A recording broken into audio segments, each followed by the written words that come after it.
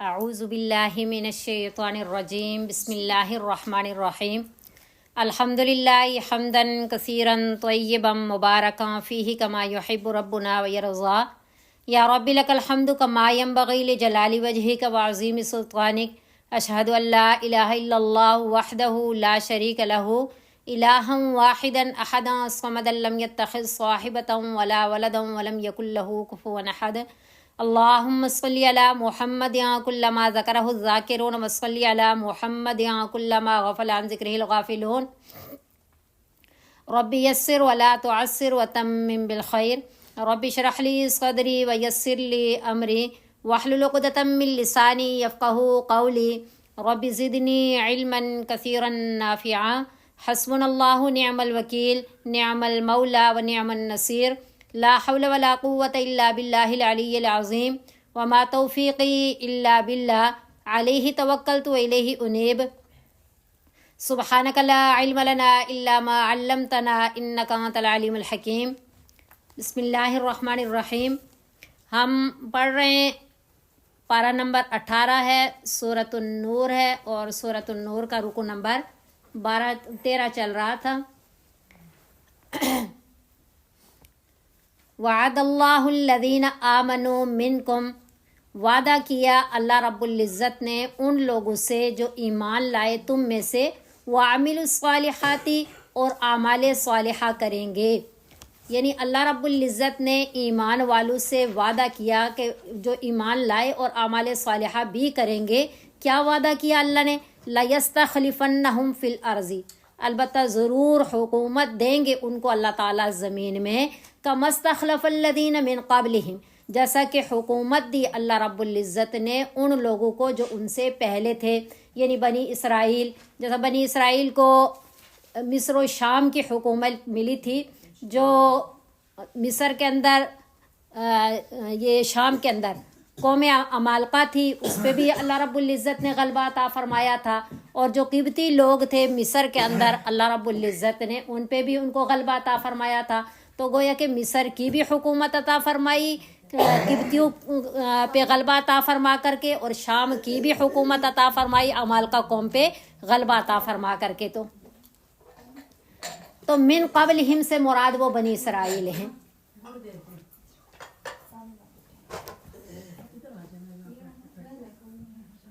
وَلَيُمَكِّنَنَّ لَهُمْ دِينَهُمُ الَّذِي ارْتَضَىٰ لَهُمْ، اور البتہ اللہ رب العزت قوت عطا فرما دیں گے، جما دیں گے اللہ تعالیٰ ان لوگوں کے لیے دینہم الذی، ان کے دین کو، الذی وہ جو ارتضا پسند کیا اللہ رب العزت نے ان کے لیے، یعنی اللہ رب العزت دینی استحکام بھی عطا فرمائیں گے، اللہ رب العزت دینی قوت اور دین کا غلبہ بھی عطا فرمائیں گے۔ وَلَيُبَدِّلَنَّهُمْ، اور تیسرا وعدہ کیا؟ البتہ ضرور بدل دیں گے ان کو، بدلے میں دیں گے ان کو، من بعد خوفہم امنا، ان کے خوف کے بعد امن۔ اور یہ کیوں دیں گے یہ ساری چیزیں؟ یہ جو 3 وعدے کیے اللہ رب العزت نے، یہ تینوں وعدے مشروط ہیں۔ وعدے کون سے ہیں؟ یہ آیت کب نازل ہوئی؟ جب نبی صلی اللہ علیہ وسلم مکہ کے اندر، یعنی نزول وحی، اور جب نبی صلی اللہ علیہ وسلم نے نبوت کا اعلان کیا تو مشرکین مکہ نے بہت ستایا نبی صلی اللہ علیہ وسلم کو، صحابہ کرام رضوان اللہ علیہم اجمعین کو، اور وہاں سے ہجرت کر کے مدینہ آئے تو بھی جو ہے نا مشرکین مکہ کے بھی حملے، ادھر یہود و نصارہ بھی، جنگیں بھی چل رہی۔ تو پھر جو ہے ایک شخص نے نبی صلی اللہ علیہ وسلم سے کہا کہ اے نبی صلی اللہ علیہ وسلم، کب ایسا وقت آئے گا کہ کبھی ہم ہتھیار کھول کر کے امن و سکون سے بھی بیٹھیں گے؟ کیا ایسا وقت بھی کبھی آئے گا، یا یوں ہی ہوگا ایسے ہی مطلب ہم ہتھیار باندھے رکھیں گے، ہر وقت خطرے میں رہیں گے، ہر وقت پریشانی میں، ابھی حملہ ہو جائے گا، ابھی جنگ کی تیاری کریں؟ تو نبی صلی اللہ علیہ وسلم نے فرمایا کہ بہت جلد امن و سکون ملے گا۔ تو اس وقت یہ آیات نازل ہوئیں۔ حضرت ابن عباس رضی اللہ تعالیٰ عنہ فرماتے ہیں کہ اللہ رب العزت نے یہ وعدہ امت محمدیہ سے اس وقت کیا جب امت محمدیہ کا وجود بھی نہیں تھا، یعنی تورات و انجیل میں بھی اللہ رب العزت نے یہ امت محمدیہ کے وعدے کو بیان فرمایا کہ اللہ رب العزت نے یہ امت محمدیہ سے وعدہ فرمایا. اس وقت تو وجود بھی نہیں تھا. تو یہ 3 وعدے ہیں. کیا وعدہ فرمایا اللہ رب العزت نے؟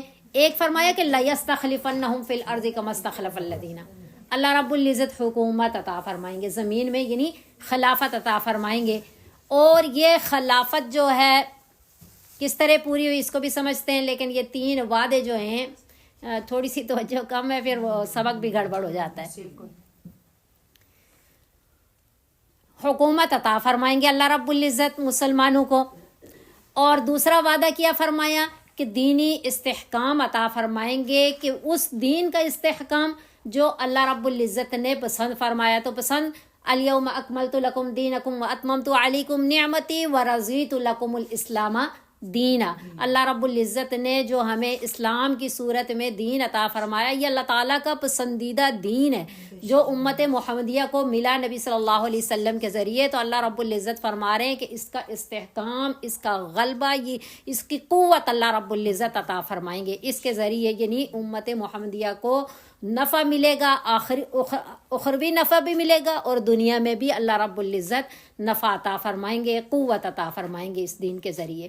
اور تیسرا وعدہ کیا؟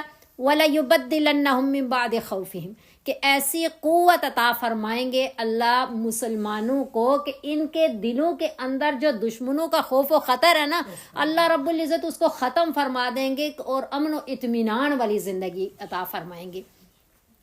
اور ایسا ہی ہوا. نبی صلی اللہ علیہ وسلم جب زندہ تھے تو نبی صلی اللہ علیہ وسلم کے دور میں مکہ فتح ہوا، خیبر فتح ہوا اور بحرین فتح ہوا.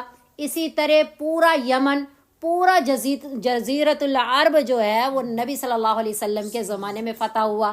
اور ہجر کے جو مجوسی ہیں، اسی طرح ملک شام کے کچھ اطراف سے نبی صلی اللہ علیہ وسلم نے جزیہ وصول کیا. اور پھر جو شاہ روم یعنی ہرقل تھا اس نے، اور اسی طرح شاہ جو کیا تھا فارس کا مکوکس، اسی طرح حبشہ کا جو نجاشی بادشاہ تھا، ان ساروں نے نبی صلی اللہ علیہ وسلم کو ہدیے بھیجے اور نبی صلی اللہ علیہ وسلم کی تعظیم کی. اور پھر نبی صلی اللہ علیہ وسلم کی وفات کے بعد جب حضرت صدیق اکبر رضی اللہ تعالیٰ عنہ خلیفہ بنے تو ان کے دور میں بھی جو بلاد فارس ہے، مصر ہے، شام ہے، یہاں حضرت صدیق اکبر رضی اللہ تعالیٰ عنہ نے لشکر بھیجے. اور حضرت صدیق اکبر رضی اللہ تعالیٰ عنہ نے نبی صلی اللہ علیہ وسلم کی وفات کے بعد جو فوراً فتنے اٹھے ان سارے فتنوں کا خاتمہ کیا.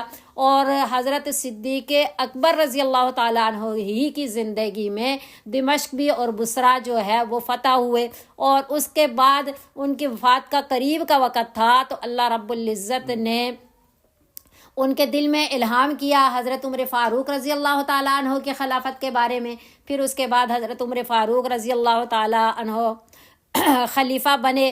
اور ان کی خلافت تو ایسی خلافت تھی کہ آسمان نے، روایات میں آتا ہے کہ پیغمبروں کے بعد کسی کی بھی ایسی خلافت نہ دیکھی جو حضرت عمر فاروق رضی اللہ تعالیٰ عنہ کی خلافت تھی. اور ان کے دور خلافت میں یہ پورا ملک شام، یہ مصر، یہ فارس، یہ سارے جو ہے ان کے دور خلافت میں جو ہے فتح ہوئے. پھر اس کے بعد حضرت عثمان غنی رضی اللہ تعالیٰ عنہ خلیفہ مقرر ہوئے. تو جتنے بھی مشارق و مغارب جو ہے وہ گویا کہ فتوحات ملنا شروع ہو گئی. اور نبی صلی اللہ علیہ وسلم کی بھی ایک مبارک حدیث ہے کہ مجھے جو ہے یہ مشارق و مغارب کے جو ممالک ہیں یہ سمیٹ کر کے دکھائے گئے کہ ان سارے ممالک میں آپ صلی اللہ علیہ وسلم کو اور آپ کے جو خلفاء ہیں ان کو فتح ملے گی. اور گویا کہ حضرت عثمان رضی اللہ تعالیٰ عنہ کے دور تک یہ مشارق جو مغارب والی بات تھی نبی صلی اللہ علیہ وسلم کی پیشن گوئی اور نبی صلی اللہ علیہ وسلم کو جو دکھایا گیا وہ پورا ہوا. پھر نبی صلی اللہ علیہ وسلم کی ایک مبارک روایت ہے، آپ صلی اللہ علیہ وسلم نے فرمایا کہ میرے بعد جو خلافت رہے گی وہ 30 سال رہے گی. تو وہ 30 سال جو پورے ہوتے ہیں نا وہ حضرت علی رضی اللہ تعالیٰ عنہ تک پورے ہوتے ہیں. یعنی یہ 4 خلفاء جو ہیں، ان چاروں خلفاء کی خلافت کے وقت کو جمع کیا جائے تو وہ 30 سال بنتے ہیں. تو گویا کہ یہ جو آیت ہے نا وعد اللہ الذین آمنوا منکم، پہلی بات ہے کہ اس میں اللہ رب العزت نے وعدہ کیا نا، تو وہ وعدہ ان 4 خلفاء کی خلافت کے ذریعے اللہ نے پورا فرمایا، تو اس سے 3 باتیں ثابت ہوئیں۔ ایک تو یہ قرآن سچی کتاب ہے اللہ تعالیٰ کی، کہ اللہ نے جو پیشن گوئی دی وہ اسی طرح پوری ہوئی۔ دوسری بات، نبی صلی اللہ علیہ وسلم کی نبوت کی یہ بہت بڑی دلیل ہے یہ آیت، کہ آپ صلی اللہ علیہ وسلم نے یہ آیت پڑھ کر کے سنائی اور بالکل ویسی ہی پیشن گوئی پوری ہوئی۔ اور تیسری بات، خلفائے راشدین حضرت صدیق اکبر رضی اللہ تعالیٰ عنہ، حضرت عمر فاروق رضی اللہ تعالیٰ عنہ، حضرت عثمان غنی رضی اللہ تعالیٰ عنہ، اور حضرت علی المرتضیٰ رضی اللہ تعالیٰ عنہ کی جو خلافت ہے یہ صحیح، برحق اور مقبول عند اللہ خلافت تھی، کیونکہ جو 30 سال کا نبی صلی اللہ علیہ وسلم نے فرمایا وہ 30 سال ان 4 کے ذریعے پورے ہوئے، اور انہوں نے بہت اچھے طریقے سے خلافت کو چلایا الحمدللہ۔ اور یہ تینوں وعدے جو اللہ نے کہ اللہ خلیفہ بنائے گا، اللہ رب العزت دینی استحکام عطا فرمائیں گے، اللہ رب العزت امن و سکون والی زندگی نصیب فرمائیں گے، ویسا ہوا الحمدللہ۔ اور پھر اللہ فرما رہے ہیں کہ یہ جو 3 وعدے اللہ نے فرمائے یہ مشروط ہیں، ایسے ہی نہیں ہیں، ہر ایک کے ساتھ یہ وعدے نہیں، قیامت تک جو اس شرط کے ساتھ چلے گا یہ 3 وعدے اس کے ساتھ بھی ہیں۔ کیونکہ ایک نبی صلی اللہ علیہ وسلم کی مبارک حدیث اور ہے جس میں آپ نے فرمایا کہ 12 امام جو ہے یہ جب تک ہوں گے تو یہ میری امت کا کام چلتا رہے گا۔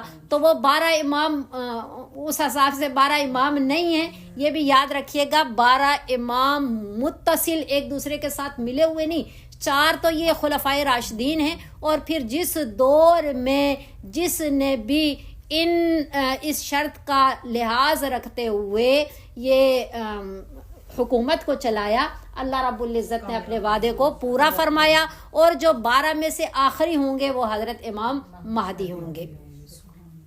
تو وہ شرط کیا ہے؟ وہ شرط دیکھیں، یعبدوننی، کہ عبادت کریں وہ میری، لا یشرکون بی شیئا، نہ شریک ٹھہرائیں میرے ساتھ کسی بھی چیز کو، نہ ہی شرک اکبر اور نہ ہی شرک اصغر، نہ ہی شرک جلی اور نہ ہی شرک خفی۔ اب شرک جلی کون سی ہے؟ جس کو شرک اکبر کہا جا رہا ہے کہ اللہ تعالیٰ کے ساتھ کسی کو شریک ٹھہرانا، اور شرک خفی کیا ہے؟ جس کو شرک اصغر کہا جا رہا ہے، یعنی ریاکاری۔ تو یہ طریقے جب نہیں ہوں گے تو اللہ رب العزت یہ وعدہ ضرور پورا فرمائیں گے، حکومت کی صورت میں، دینی استحکام کی صورت میں، اور امن و اطمینان کی صورت میں۔ تو اللہ فرما رہے ہیں وَمَنْ كَفَرَ بَعْدَ ذَلِكَ۔ بعد ذَلِكَ کیا مطلب ہے؟ پہلی بات سمجھتے ہیں وَمَنْ كَفَرَ کو۔ کفر لفظ جو ہے نا اس کا ایک لغوی معنی ہے اور ایک اصطلاحی معنی ہے۔ لغت میں کہتے ہیں کفر ناشکری کو، جیسے فَاذْكُرُونِي أَذْكُرْكُمْ وَاشْكُرُوا لِي وَلَا تَكْفُرُونَ، کہ میری ناشکری نہ کرو، یہ اس کے لغوی معنی ہے۔ اصطلاحی معنی کیا ہے؟ یہ ایمان کا متضاد کفر ہے، ایمان کا متضاد کفر ہے۔ تو یہاں دونوں معنی مراد ہیں کہ اگر اللہ تعالیٰ کا انکار کیا وہ معنی مراد ہے کہ وہ تو ظاہری بات ہے، پھر تو اسلام سے ہی نکل گیا، اور من کفر اگر ناشکری مراد لیں تو گویا کہ اطاعت سے نکل گیا، اور جس نے کفر کیا یعنی اللہ تعالیٰ کی اطاعت شاری والی زندگی نہیں گزاری، بعد ذالک، اس کے بعد یعنی ان 3 وعدوں کے بعد بھی اللہ نے یہ وعدے کیے ہیں۔ اللہ رب العزت نے اسلامی حکومت بھی عطا فرمائی، اللہ رب العزت نے دینی استحکام بھی عطا فرمایا، اللہ رب العزت نے امن و سکون بھی عطا فرمایا، اس کے بعد بھی جو ہے وہ اطاعت شاری والی زندگی نہیں گزار رہا، تو پھر یہ وعدے اس کے ساتھ نہیں ہیں۔ پھر وہ کیا ہے؟ فَأُولَٰئِکَ هُمُ الْفَاسِقُونَ، پس وہ لوگ وہ فاسق ہیں۔ تو پھر جب اللہ تعالیٰ ایسے وعدے فرما رہے ہیں اور اللہ رب العزت ان وعدوں کو پورا فرما رہے ہیں، تو پھر چاہیے کہ واقعی الصلاۃ، پھر کفر تو نہیں نہ کرنا چاہیے، پھر تو اطاعت شاری سے نکلی ہوئی زندگی نہیں گزارنی چاہیے، بلکہ کیا کرنا چاہیے؟ واقعی الصلاۃ، نماز کو قائم کرو، وآتوا الزکاۃ، اور زکوٰۃ کو ادا کرو، واطیعوا الرسول، اور صرف نماز اور زکوٰۃ نہیں بلکہ سارے معاملات میں اللہ کے رسول کی اطاعت کرو، لعلکم ترحمون، تاکہ تم پہ رحم کیا جائے، تاکہ یہ وعدے تمہارے ساتھ پورے کیے جائیں۔ لا تحسبن الذین کفروا، نہ خیال کرو ان لوگوں کو جنہوں نے کفر کیا، یعنی کافروں کے بارے میں تمہارا یہ خیال نہیں ہونا چاہیے کہ معجزین فی الارض، کہ وہ ہرا سکنے والے ہیں زمین میں، کہ زمین میں کہیں اب اللہ تعالیٰ یہ وعدہ کر کے اسلامی حکومت عطا فرما رہے ہیں، تو جو اطاعت شاری ولی نہیں گزارے گا تو کیا وہ ایسا ہی چھوٹا رہے گا؟ ایسا نہیں ہوگا۔ جو اللہ اتنا اس کے ایمان والوں کے ساتھ اور لوگوں کے ساتھ یہ اچھا احسان والا معاملہ کر رہے ہیں، تو جو اس سے نکلے گا تو پھر وہ بھی اللہ تعالیٰ کو ہرا نہیں سکے گا، وہ مغلوب و مقہور ضرور ہوگا دنیا میں بھی، وَمَأْوَاهُمُ النَّارُ، اور ٹھکانہ ان کا جہنم ہے، وَلَبِئْسَ الْمَصِيرُ، اور وہ بہت برا ٹھکانہ ہے۔